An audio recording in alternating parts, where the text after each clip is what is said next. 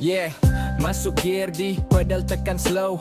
Engine makan pan run steady macam pro. Leather seat kemas rasa macam VIP. Proton Saga Premium Package MC3. zero deposit, zero bayaran muka untuk Proton Saga baru version 1.5 MC3. Kita buka package mampu milik ini untuk customer-customer agar dipermudahkan urusan pembelian Proton Saga baru ni. Sebab kita faham tak semua customer mampu untuk bayar 10% down payment, lebih kurang RM4,000 ke RM5,000. Jadi kita pemudahkan urusan package kosong deposit, kosong bayaran muka, customer tak perlu bayar apa-apa down payment pun, loan approve, sign, ambil kereta. Itu untung dia untuk package mampu milik Proton Saga MC3 ni. Untuk apply, anda wajib mempunyai dokumen yang lengkap.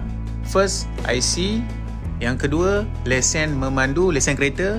Lesen motor tak boleh. Yang ketiga, slip gaji. Dan yang keempat, bank statement. Gaji cash tak boleh. Gaji mesti masuk bank.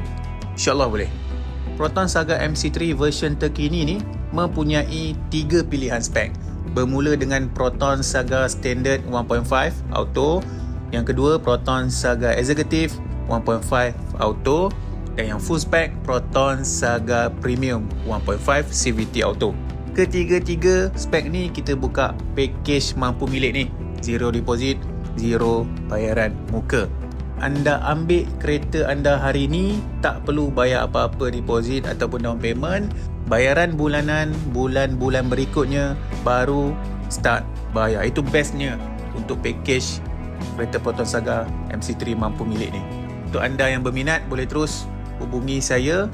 Saya attach ini business card saya, boleh screenshot, boleh terus PM saya ataupun WhatsApp saya ataupun boleh call.